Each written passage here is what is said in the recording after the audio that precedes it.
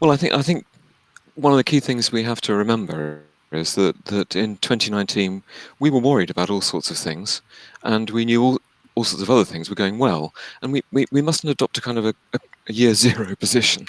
We must remember what we were thinking then. Mm. Particularly in England, education was getting better. We know that from PISA 2018. And all of the research that was going on, really solid research, including really good stuff that Sparx does, and I'll come on to that perhaps later, the stuff on homework, for example, that still applies. Kids' brains are the same as that. They've got the same morphological structure that they had in 2019. So let's not adopt a kind of a let's throw everything away position, which some people are.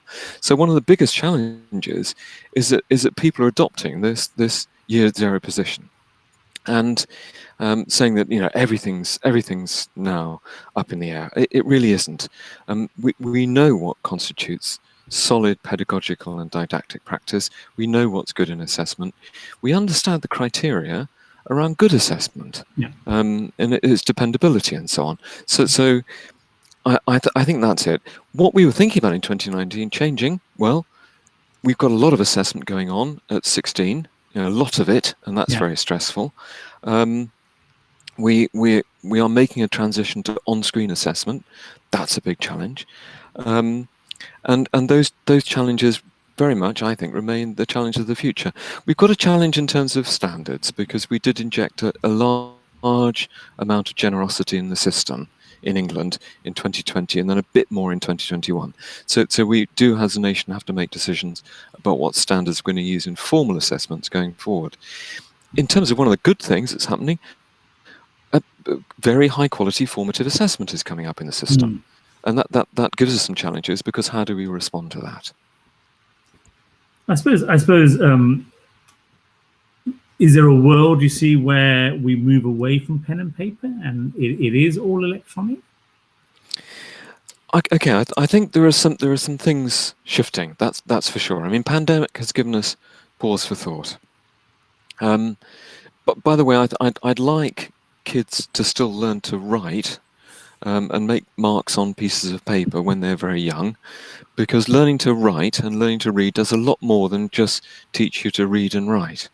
The act of holding I'm holding a pencil, the act of learning how to do that grows certain structures in your brain, which enables you to use your fingers with great precision. So learning to write, learning to read does all sorts of things for young people. And if we're not asking them to do that, we're going to have to ask them to do other activities which enable them to develop fine motor coordination, the ability to plan, to think about what they're going to say, and to reflect on it. But are we going to use screens more for learning and for assessment? For sure. Obviously, adaptive assessment, simulations, animations, we can all use all of those in assessment in a way that we can't on paper. I suppose, as today has demonstrated, we've been very good at the last 60 or 70 years at getting the right bits of paper in front of kids in exam halls in the summer. I mean, we've really sussed that one out. That's very, very dependable. And of course, we've got this horrible situation where we can set up an online assessment, but suddenly the technician decides to do something the night before with the antivirus software, and suddenly the audio doesn't work. And so there's a whole series of practical challenges about on-screen assessment, which we don't have with paper. But I think it will offer tremendous affordances, actually, Dan, and we're getting there. I think, I mean, this is not a plug about Sparx or Hegarty, but we've always been big fans of writing things down. It's been one of the things, and Colin, obviously, exceptional teaching credentials both in the UK and globally. Will I'm sure share some of these, and I'm going to ask him in a minute about it. But we went through a process of developing, when we were developing Sparx particularly, we were very clear that we wanted, and the teachers liked the fact that students had to write down their workings. Colin, do you want to say something about that? Because I know you're a big supporter of that as well. Yeah, definitely, Dan. I mean, when you're teaching in class, one of the things you really try to promote with your students is writing things down to sort of explain what's in their head, to show their steps, to support you in a formative way, so you can support children. some particularly well designed assessment questions, where Tim would be an expert on, can sort of give you really good inferences of where misconceptions have happened, but often you can see that within workings as well. So it really helps teachers support their students and also teach children that it's not just about answer getting, it's about communication, it's about how you show your workings and things like that. So they're things we've been really keen on. And of course, obviously, I think helping with memory as well, just that deliberation that you've got to do when you write things down gives you some pause. And we believe it helps you remember things as well, and sort of it helps with that testing effect side of things. So yeah, we've been big promoters of that, Dan, as you'll know. Now, the theory behind this is really solid, and it goes back quite a long way, to around about 120 years, and it lies in this theory of production, Dan. Okay. If you produce things, speech acts, if you say something, if you write something down or draw something, you're, as Colin says, externalizing your thinking. The act of production reproduces for you how you are thinking, and you can look at it and you can think about it, and of course the teacher can too, and identify how you're thinking, what misconceptions you are. By producing something, by producing words on a page, something on a page, you externalize your own thinking and make it available for you to think about and for others to think about. And this is absolutely critical in psychology, but rather neglected by some other tech companies, actually, Dan, as if this idea of production is somehow old-fashioned. No, it's actually intrinsic to human thinking. It's very interesting. If you look at some of the psychological or psychology and personality trait tests one undertakes, there is an aspect of externalizing thinking. I, for one, cannot think without a pen in my hand and a whiteboard, and it'll probably annoy everyone, including Colin. But if I'm in the office, I need something to write on, and I think I worry that if that's taken away from students at the point they're being assessed, their core attribute is being ignored, overlooked, or merely undermined by virtue of not giving them the option to do that. So I think technology has a role to play, but when it undermines, then I do worry. And as I've always said, never undermine, never overwhelm. It's always about supporting, be it the learner or be it the teacher. And I think that's got to be the core of good technology, and by extension, good education technology. And Dan, it's not just that you're old-fashioned. That you like writing stuff down. Look, it's intrinsic to the way humans operate. Yeah. We've been making marks since that hand was put on the cave of the Lascaux caves. Yeah. The mark making is intrinsic to how we can represent our thinking, represent the world, and engage with it intellectually.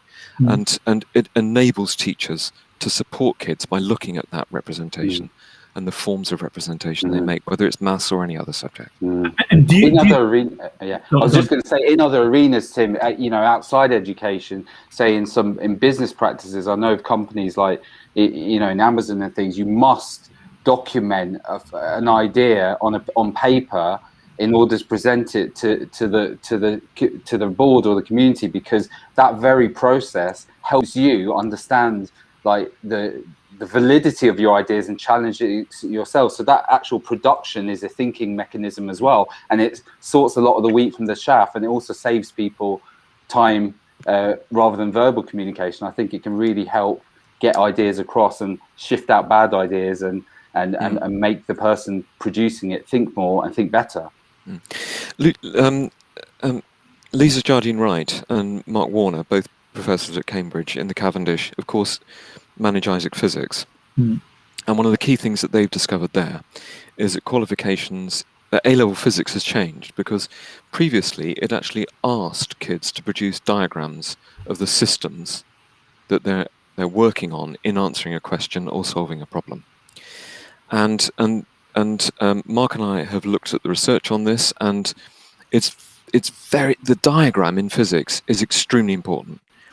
It represents a physical system. It is your representation of that physical system and what's going on in it. And if you no longer require students to do that, what we find is their understanding of physics declines. It's a vital step.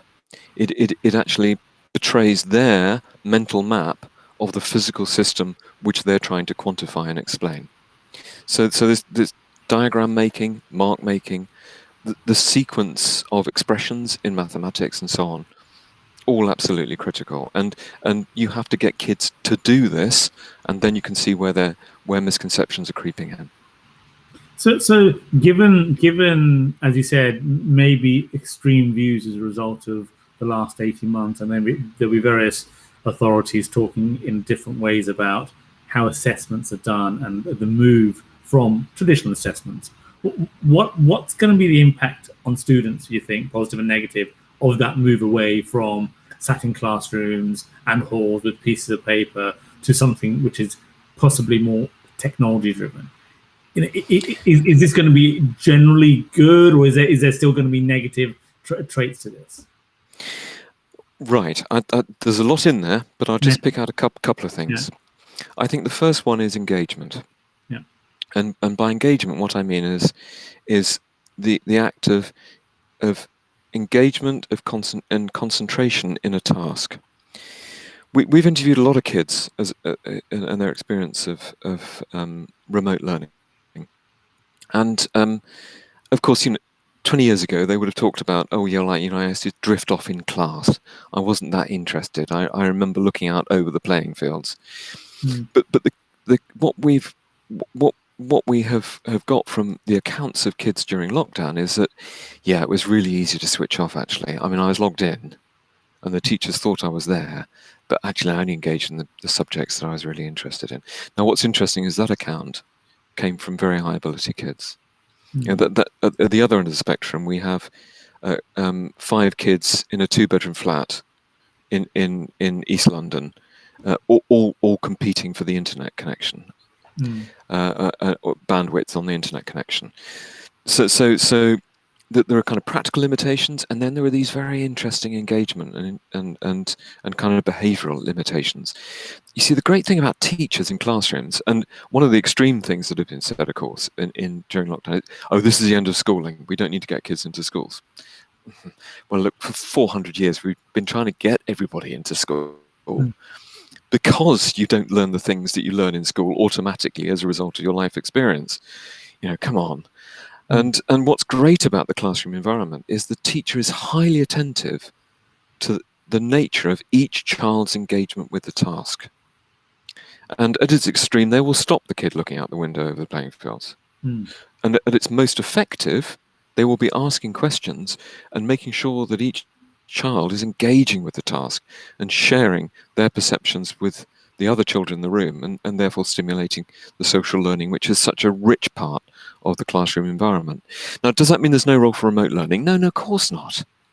In my recent blog on recovery learning, I said we've tended to kind of put the pressure onto schools and say, because of course we talk about school improvement. We want to raise the attainment of all kids, but we talk about doing it through school improvement and what teachers should do. We've perhaps forgotten what kids should do. Now, there are 4 main modes that I talk about. There's contact time, social learning, quiet reflection, and tasks outside contact time. Now, all schools ought to use all of those deliberately and know how they're using them. And it's particularly in terms of social learning, because you can have kids talking to each other through digital medium, outside class contact, and Asian kids do that to an incredible extent that our kids do not in this country, and we should encourage them to do that. I'm struggling with this problem. How do I deal with it? What did you do? On chat. So social learning, how to exploit that in and outside the school. Quiet reflection, the kind of tasks that Sparx and you've encouraged, Colin, encourage quiet reflection. Thinking about the task.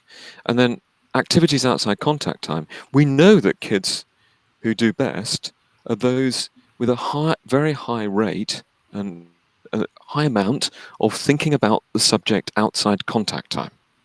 So if we can design environments that they support social learning, encourage quiet reflection, and encourage thinking about tasks outside contact time, then we really are getting somewhere with digital learning. So that those are the kind of those are generic aspects of learning, and we know they can be well supported by remote learning and digital learning. If we hadn't have COVID, if COVID had not come along, and we didn't have the change of everyone's mindset, would we have got there at some stage?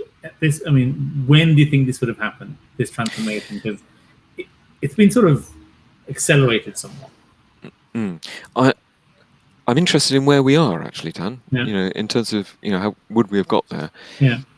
Where I think we've got to is there's been a great deal of use of the digital world for encouraging kids to undertake activities outside contact time. Yeah. That's good, because I think that's a greater affordance of the digital world. But there are 200,000 education applications. How do teachers make a good choice? Because we've analysed some of them, and they're really not very well designed. You will know, Colin, that some of the mathematical content of some online maths applications is just wrong mathematically. It's in the wrong sequence. So I think we've got to a point where people have woken up to what's possible, Dan, but making quality choices is very hard for teachers, and teachers are not yet equipped with the full set of criteria that they should be using to make a choice. They're discussing amongst themselves, well, what did you use? How did you use it? But my goodness, they adopt things and then drop them within 6 months because they're suddenly aware of the problems, often at vast expense and at considerable disruption to the kids. So where are we yet? Probably beginning to understand how we can use things, but not able to make good choices about what it is that we should use on a day-to-day basis in a particular subject or in a particular school context. And from a absolutely right, I think the teachers have woken up to the possibility.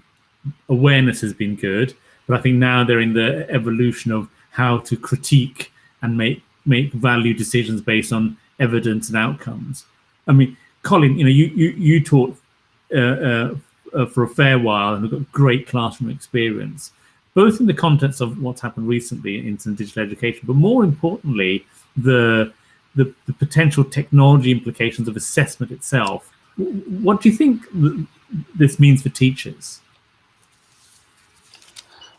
So I think something interesting that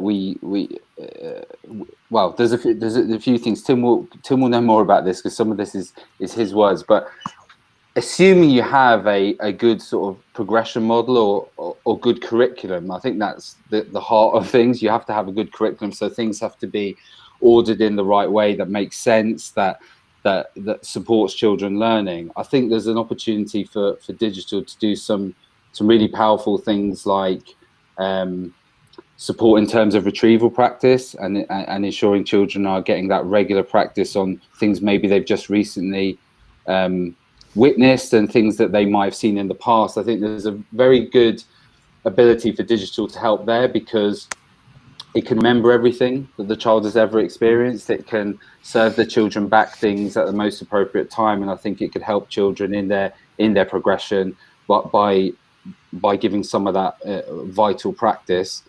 I don't know. I imagine a world as well, potentially. I imagine a world where, assuming you've got very well formed questions, now that's the hard bit because they're not easy to just write off the cuff or crowdsource. What you need to do is you might really well formed questions that genuinely show learning or genuinely show misconceptions.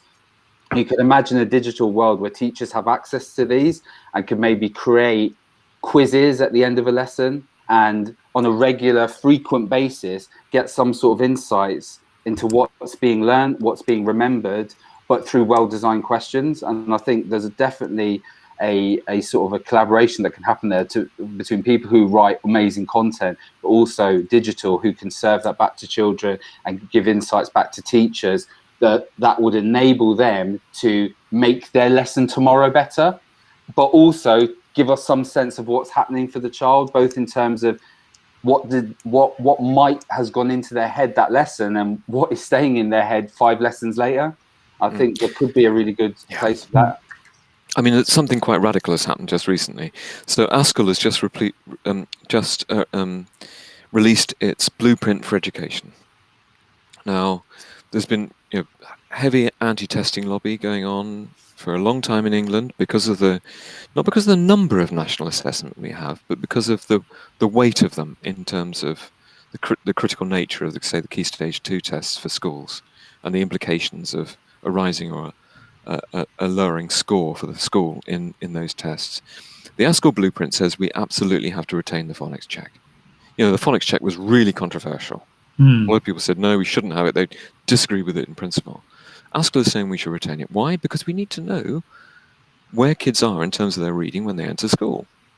We need to know particularly for those kids who've not had an opportunity to learn by virtue of their circumstances or their familial opportunities. Or we need to have those who've got some real impediment to, they've got really powerful phonological deficit, whatever. But they've absolutely endorsed it. In Iceland, believe it or not, there's been a termly speed of reading test introduced for all kids at every grade. I mean, can you imagine that? Wow. Now, and teachers love it, and parents love it. Why? Because they can suddenly see that the kid that they thought was doing well is falling behind. So to absolutely endorse what Colin says. It's difficult to get good questions. It's difficult to have good questions which can serve both the purpose of measuring attainment and revealing the nature of thinking and supportive learning. But you can get them, and you can then assemble them over time and have a vast bank of them and make them readily available for the teacher who's teaching a particular thing at a particular time. One of the biggest problems we've got in England is the assumptions which are made about kids on transfer from primary to secondary. Many kids with a low math score will have a low math score, not because of who they are or what they are, but because of the curriculum in the school and the quality of the teaching. So it's really important not just make an assumption about them in secondary school on the nature of their Key Stage 2 score and assign them to lower tier mathematics forever, but actually look in detail at what the problems are, how they can be unlocked, how their understanding can be scaffolded, and so on. And good questions are difficult. And I was dealing with something recently outside maths and physics, the difference between centrifugal and centripetal force. Now, Newton said, circular motion is one of the things I have to relearn. It's so difficult. Every time I think about it, I almost have to relearn it. So, of course, it's good to have good questions on the difference between centrifugal and centripetal force and constantly ask somebody about it so that they retain it. So too in mathematics. And we know that many kids are coming up from primary. Where are they weak to the secondary school, say? In number. Just fundamental stuff. That's the kind of stuff which is absolutely central in the Sparx offer. So and having these rich questions which help learning, but also help teachers diagnose what difficulties kids have, that's just so essential that we have that right the way across our system. Yeah, useful to hear that. I mean, in this environment where we are now, as I said, there's the good, bad, and the ugly into ed tech. What can ed tech companies do? And I'm not going to put names to. Everyone's going through their journey, as far as I'm concerned. Everyone's improving, and if there's a minor plug to be had for the ed tech evidence group, that's what we want to do. We want to make sure all ed tech has solid evidence. So if anyone wants to look at the ed tech evidence, edtechevidence.com website, it tells you how we can get everyone up there. But what can ed tech companies do to support teachers more through this assessment process? Is there specific things that they should be looking at to support teachers with assessment, with a technology bias? Well, I think what you can do, and you have done, and you've bolstered it. I mean, you had very few schools when you started, but a massive activity underneath those schools in terms of research. I mean, it was a very interesting model, which I really commend and support.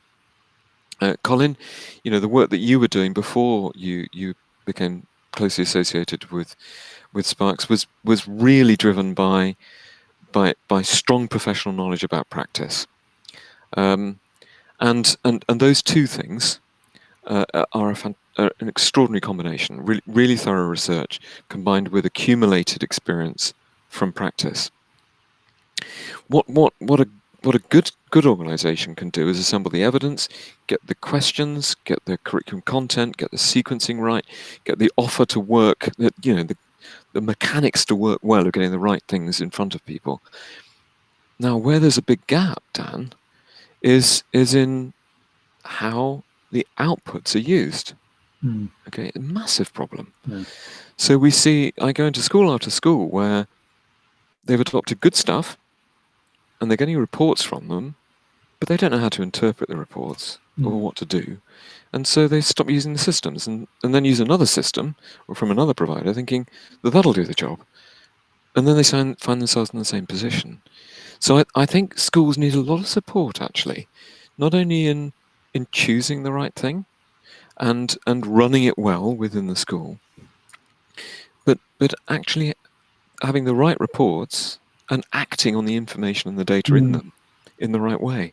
It's a big gap in our system, both in terms of the provision of the reports and the professional development, which supports teachers in understanding them and acting on them.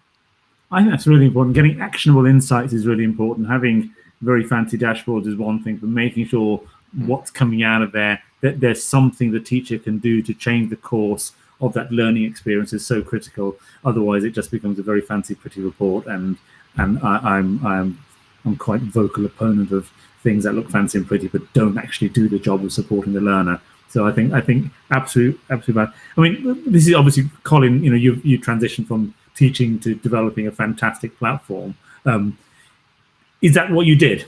I mean, did you see the gaps and fill the gaps in, or were you just pouring your personality into Heggerty Maths? So what was I doing? It was a bit like what Tim described it in a really nice way about professional expertise. Another way of describing it was sort of scratching my own itch. I saw a real need for children to experience high quality content and high quality questioning and practice outside of the classroom in a way that I could know. In particular, the one thing Heggerty Maths was really trying to do as well is to try and surface some insights, as we just talked about, around effort. Because often with home practice, sometimes we found that, I found as a practitioner, children, the dog ate my homework, but the way they used to say it was, oh, it was too hard, it was impossible, I couldn't do it. And really what I wanted to see is some sort of insights onto effort, because that was, obviously, ultimately, I wanted children to get better at maths, and I really care about maths, and I love maths. But also, I wanted children to try hard and learn the effort of hard work and practice, and practice changes your life. And one insight I really wanted was, are we even trying when we get home? That was one of the things I wanted out of Heggerty Maths, because that allowed conversations like, I know you can do more. I see it in class. I know you can get this right in class. I know you could do it if you put time in. It was almost about that a bit more than actual maths, Dan. Funnily enough, it was about that. That's really interesting, because that's sort of where Sparx and Heggerty really had an overlap. We are, and obviously were and are continuing to be totally focused on how much time is spent and effort. Outcomes is interesting, but effort, and that becomes really important in terms of almost to what Tim was saying, the theory of production. How long are they spending doing this? How long does it stay in? Are they doing their written workings? And in Sparx, obviously they have to do their written workings as well. And that progression of process is sort of the underpinnings of how Sparx and Heggerty have come together, and we're moving forward with a sort of combined platform to deliver that. Just before we go to questions from the audience, I think it's a question to both of you, but obviously, Tim, this is where you have written the book on this, so I'm just going to ask you to summarize the book of your entire life. Based on your knowledge in this area, which is not insubstantial, of course, what does an ideal assessment look like? It often serves more than one purpose. People talk about exams carry more, too many purposes. Actually, almost all assessments carry more than one purpose. At the heart of it is a question or a task or an activity which is designed to probe somebody's understanding and produce sufficient evidence for us to make a judgment about it, and for us to be able to report what we think the person is capable of. That's kind of a principled description of what assessment is. And each one of it, of course, a bad assessment can break down at every stage. So a good question serves a number of purposes. I think what we're finding now is that we can actually use really good questions to support learning as much as formal assessment, as long as it's within the right didactic and pedagogic context. And by that I mean we can use GCSE and A-level questions to encourage practice. We can use them in the classroom. We should be using probing questions to much greater frequency than we do at the moment. Lucy Crehan's book is fantastic on this, looking at the frequency of questioning in other systems. It's much higher in other systems, and this sounds horrible, but it's actually good, I think. In those systems, pupils can't hide. They always know that they're going to have to be responding to questions. Yeah. So it's not that just if the wrong answer is given, the teacher moves on.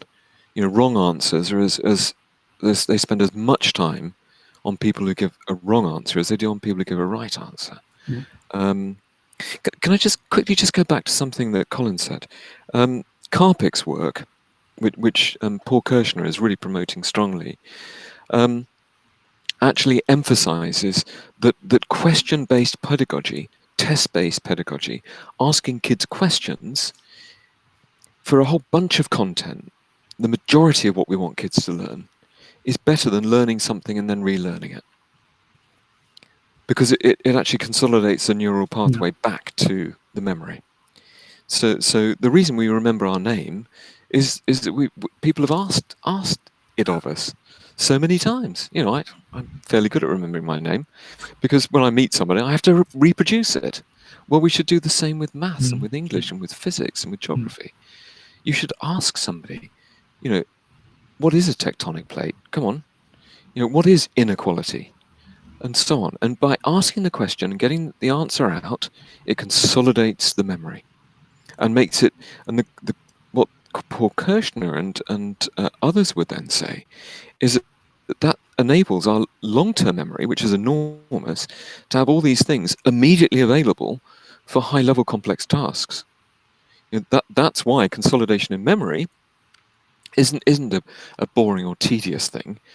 Through practice, we get things in there which we can immediately call out, and therefore we can undertake high-level maths tasks.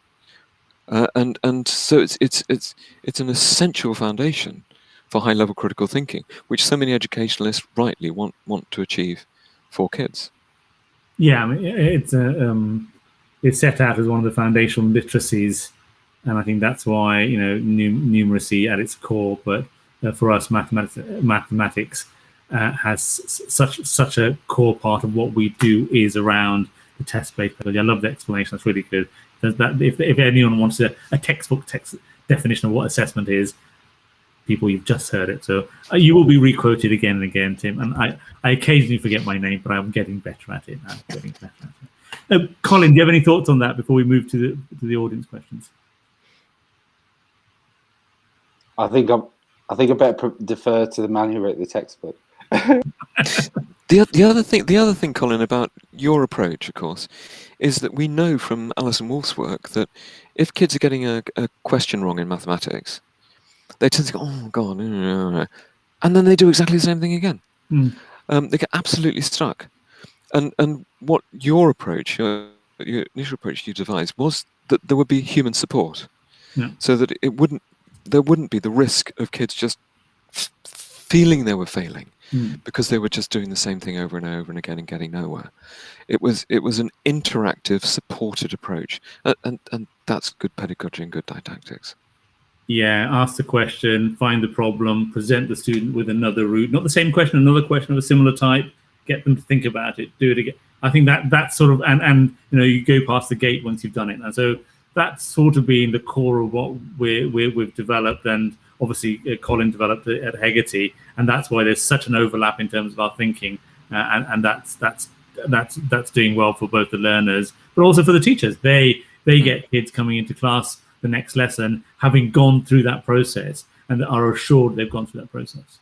Right, I'm going to move to a question, Monica's question, basically saying, given electronic and the future of assessment in different ways, is there any potential resistance from teachers or parents or even the government on this, and without being political about it? I suppose. Well, I think one of the things we need to listen to kids themselves actually in this, as well as their parents. Very interesting research coming out of Turkey, which is that kids actually quite like trying things sometimes without exposing themselves to teachers in terms of being seen to fail at things. So they quite like impersonal systems which give them feedback, and then they can demonstrate that they've mastered something. So that's quite an interesting idea. That very often there should be an opportunity somewhere to actually have a go at stuff and fail without any exposure. I think that there is resistance. We talked to a lot of kids who say, actually, I do want some human in the process. Both in terms of support and making judgments about me. I don't want to be judged, all this stuff. I don't want to be judged by an algorithm. That there are issues about the extent to which, and the Information Commissioner has that there are views now being constructed in state regulation about the extent to which it is not right to solely judge somebody by an automated system. So I think there are societal views about that actually, Dan. And we have examples, of course, people in their personal worlds being denied, in their social world and personal lives being denied credit, for example, for the wrong reasons and so on. That can also apply if assessment systems are designed the wrong way. So we have to make sure accountability, auditability, and a human factor is present in the design, operation, and use of these systems. And have you, in your circles or your understanding, do you think there's any pushback from government circles around the future of assessment, or are they just waiting for the experts to advise them appropriately? Oh, well, a lot of ministers sniff saving in all of this, of course. I can get rid of textbooks, that's great, massive saving. Get rid of paper-based assessments, massive saving. Can't find this. I personally haven't seen any savings anywhere, actually, because you know how much it costs to develop these systems. You know how much it is to cost to keep them up to date and so on. No, I mean we mustn't be crude in our approach to this. We've got to maintain pedagogic and organizational sophistication, and use good criteria for making judgments. I think governments on the whole do want to embrace the digital, and they are optimistic about it, and see how much they just see how much it's transforming their own lives. And I do like the fact that this may sound trivial. Just bear with me for a second.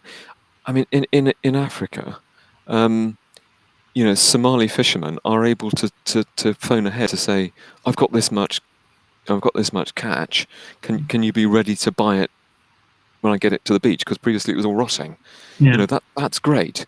And in terms of education, kids in Africa want to use their phones for education.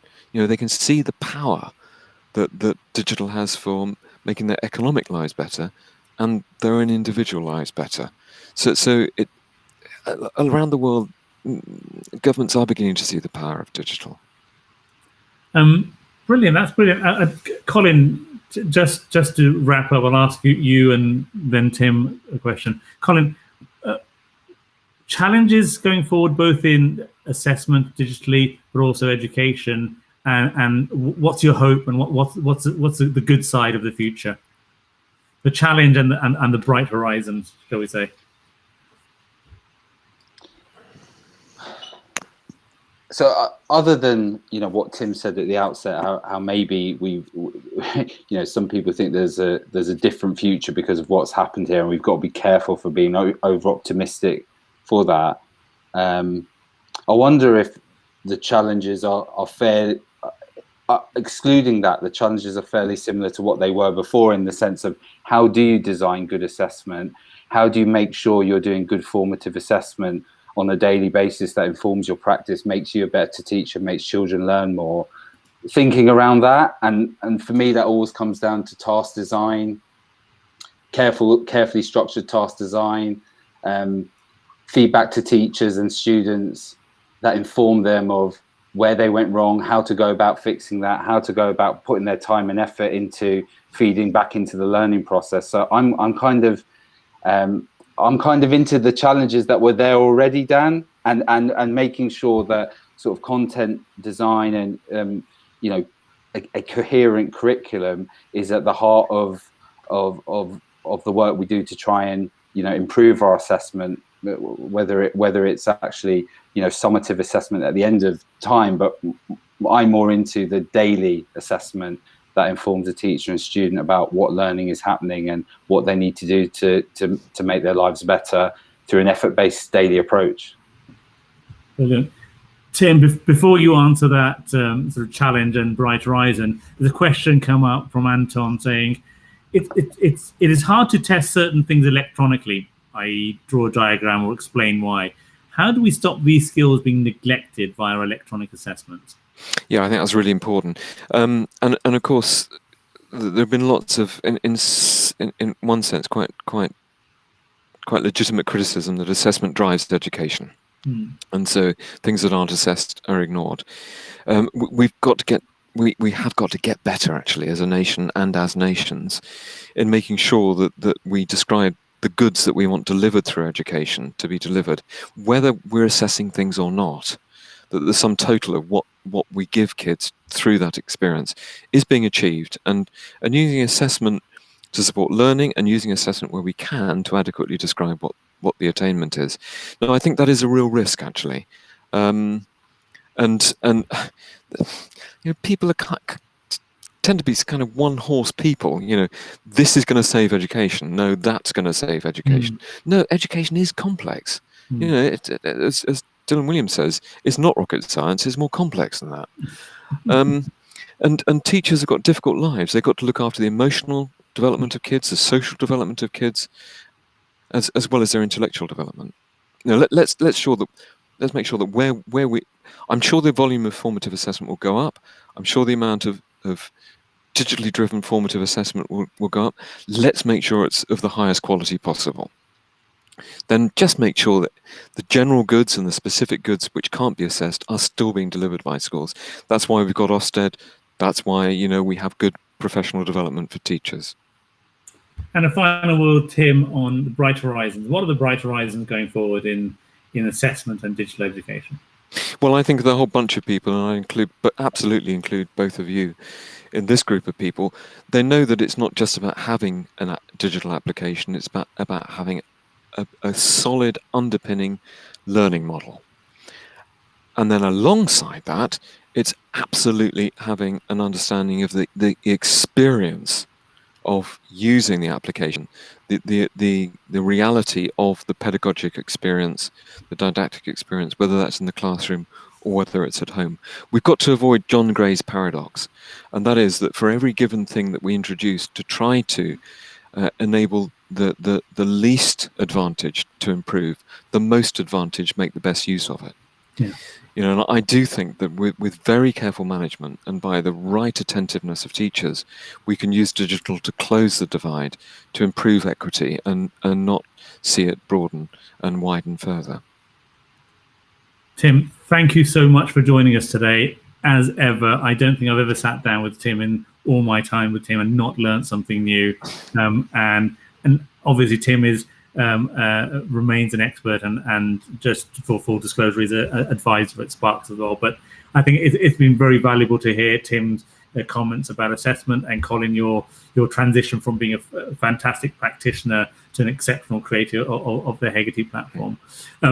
Thank you everyone for joining today. We've talked about everything from the theory of production to underpinning technology with solid learning models, talking about how edtechs can support where we still need to use pen and paper, really important, and how the world is moving and hopefully embracing the future while accepting there are still challenges. Thank you, Tim. Thank you, Colin. Thank you, everyone, for joining us. We'll look forward to seeing you at our next roundtable. Thank you.